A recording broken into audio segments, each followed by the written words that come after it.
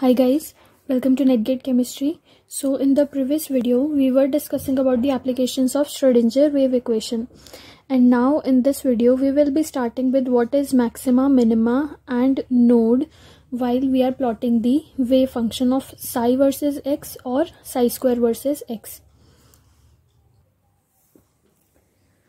So first, starting out with maxima or psi square versus x. So what happens, you have to locate maxima, minima and node. So right now I'm just going to tell you what is maxima, what is minima and what is node, and you will understand each of these terms in a better way once we discuss the application part of it in particle in 1D box. So right now just pay attention to what I'm saying and you will understand this better afterwards. So maxima will be the point, or you can say, or the values of your x at which psi is maximum. Second is minima. It will be the point or values of x at which psi is minimum.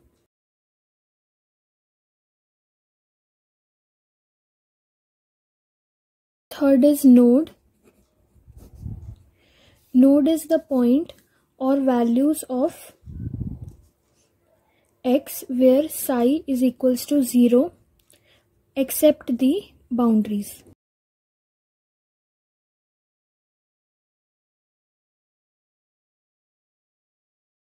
These are basically the definitions for maxima, minima and node. You will understand them afterwards. Right now I have just given you the definitions. So moving ahead and starting out with the next topic, that is particle in the one-dimensional box. So now we will discuss about the particle in a one-dimensional box, which is the first application of Schrödinger wave equation.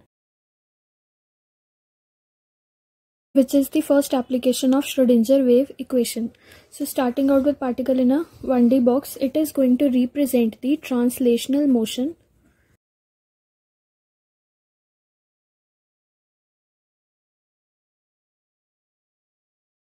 of the microscopic particle. So now what you have to imagine is that we are having a free particle, okay, and that particle is confined to move in a one-dimensional box. This is a one-dimensional box. Inside this box,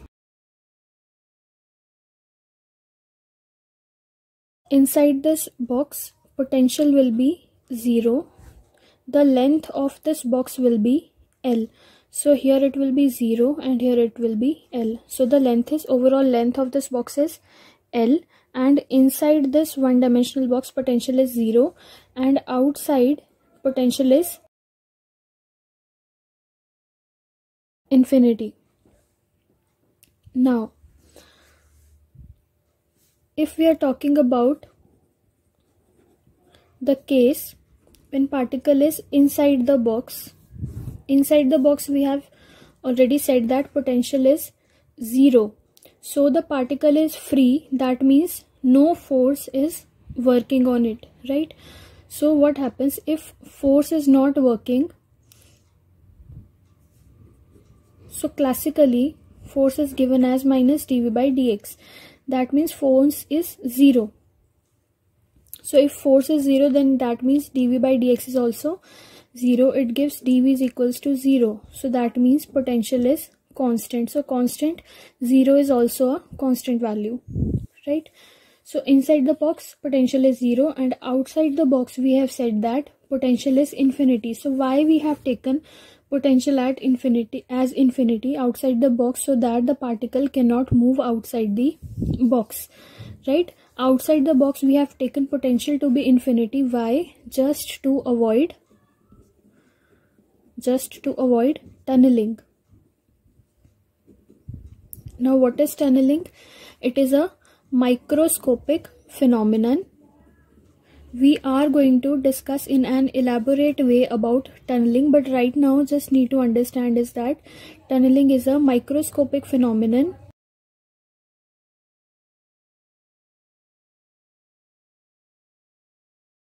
So classically, these areas outside this one-dimensional box are forbidden for this particle to move. But tunneling is a phenomena which is going to give us the probability of finding any microscopic particle outside this box, right? Outside this box, that is the classically forbidden region. So tunneling is the phenomena due to which we get the particles outside the box, or you can say in the regions which are classically forbidden. So we will discuss about these tunneling phenomena afterwards. So now if we talk about Schrodinger wave equation in one dimension that we have discussed earlier, so that is given by del square psi plus 2m by h cross square E minus v into psi equals to 0. So if we are talking about Schrodinger wave equation in one dimension, then we are taking only x variable. So this del square will be replaced by del square by del x square psi plus 2m h cross square E minus v into psi equals 0. Right, so this will be the Schrodinger wave equation for one dimensional box.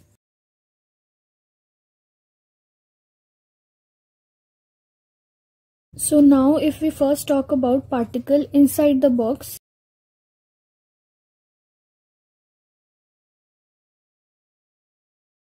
then inside the box potential is 0. So here inside the box in this equation we have to put v is equals to 0. So this equation will reduce to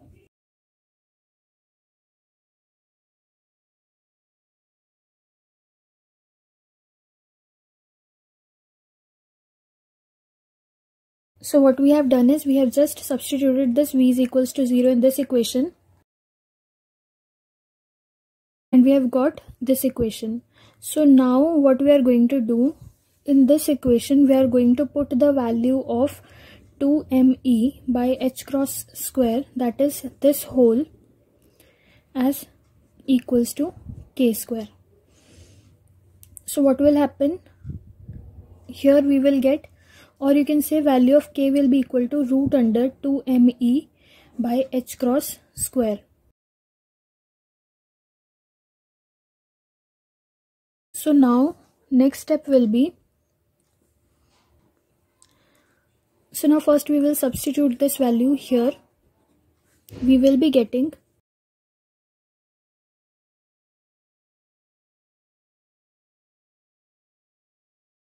this equation. Now here value of k will be this one, or you can say k is equals to root 2me by h cross. Right, here root will be cancelled out with square in the denominator. So here root under 2me we will substitute as p. So this can also be written as p upon h cross. Because we are taking the variable x only, so it can be written as px also. Okay, so this is what you have to remember from here. Okay, you should know the Schrodinger wave equation, right? And you should know these values. Okay, so these are the things which so far which you have to remember till now. Okay, so moving ahead, so far we have discussed this equation del square psi by del x square plus k square psi equals to 0. When we are going to solve this equation, we are going to get the solutions for it as psi is equals to c e to the power iota kx plus d e to the power minus iota kx. Okay, we are not going into the solution of it. This is imaginary. Why I'm saying imaginary? Because iota is coming here, right? So this is imaginary. So what we need to do is, we know the formula for e to the power iota theta equals to cos theta plus iota sin theta, and e to the power minus iota theta equals to cos theta minus iota sin theta. When you are going to use these two formulas here, you will be getting psi is equals to a sine kx plus b cos kx. Okay, we are not going into the derivation part because we do not require that. So here we are discussing about wave function psi. So here we have already discussed that the wave function which we'll be using, it should be a well behaved wave function always, right? So if you want your wave function to be well behaved wave function, then it should satisfy the boundary condition, that is it should become 0 at boundaries, right? This is one of the conditions for a well behaved wave function. So at boundaries, that is at x is equals to 0, psi should become 0, right? So we have got this solution. In this solution, psi should become 0 at x is equals to 0. So we are going to put psi is equals to 0 and x is equals to 0 in this equation, and we will be getting psi is equals to a sine k 0 plus b cos k 0. So from here this will be 0. You will be getting b is equals to 0, right? Because psi is also 0. So cos 0 is equals to 1. So you will be getting b is equals to 0, right? Now putting b is equals to 0 in this equation, you will be getting psi is equals to a sine kx. Now this is the first boundary condition. Now second boundary condition will be at x is equals to L. So there also psi will be equal to 0, and there you will be getting sine k L is equals to 0. When you are going to substitute x is equals to L and psi is equals to 0 in this equation, you will be getting this. So now in this equation, what you can see that either a should be 0 or sine kl should be 0. So a cannot be 0, right? So your sine kl is going to be 0, or you can say sine n pi, because integral multiple of pi in terms of psi is always equals to 0. So here what you will be getting, here n can be equal to 1, 2, 3, any integral. Now n is the translational quantum number because we are dealing with translational motion. So it will be translational quantum number. So now what we have got is sine kl equals to sine n pi. So k will be equal to n pi by L. So now you can put the value of k is equals to n pi by L, and you will be getting psi is equals to a sine n pi x by L, right? So here we have got psi as this one, and here we have got psi as this one. So do not get overwhelmed after seeing these derivations, because it will get easier once you practice it. So what you need to know is Schrodinger wave equation. You have to apply the boundary conditions, and you will be getting the different wave functions at the boundaries. Okay, now comes the part of normalization. So first we have discussed that for a well behaved wave function, it should become 0 at boundaries, and psi should also be normalized as well. So we have to normalize the function.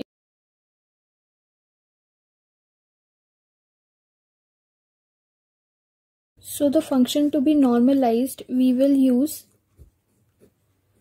this relation, right? And in this relation, what you have to do, you have to put the values here. Value of psi is equals to a sine n pi x by L into a sine n pi x by L. This is psi, this is psi star. D tau will be equal to dx, because here we are dealing with single variable, is equals to 1. So after solving, you will be getting value of a, right? From here, after solving, you will be getting some value of a. That value of a you have to substitute in the wave function, right? And then which wave function? This one. Okay, and then after you will be getting this wave function as normalized wave function, because this is a wave function which we have got, and here we have a as constant, right?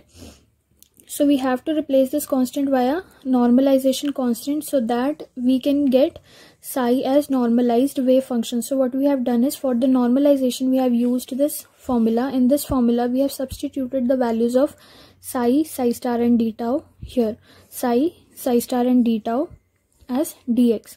After solving you will be getting value of a something. Okay, you have to substitute that value of a here, and you will be getting psi as a normalized wave function. Here value of a you have to substitute along with sine k x. So instead of k you can also write n pi by l into x. Okay, so you have to find out the value of this a. So you can solve this by yourself. In the next video we will be discussing about what will be the value of a, but you have to solve this by yourself. Okay, so it will be becoming a into a square sine square n pi x by l dx. So you have to integrate that. After integration you will be getting the value of a, and you have to do this by yourself, and after this we will discuss in the next video. So far that's it for this video. Thank you so much for watching.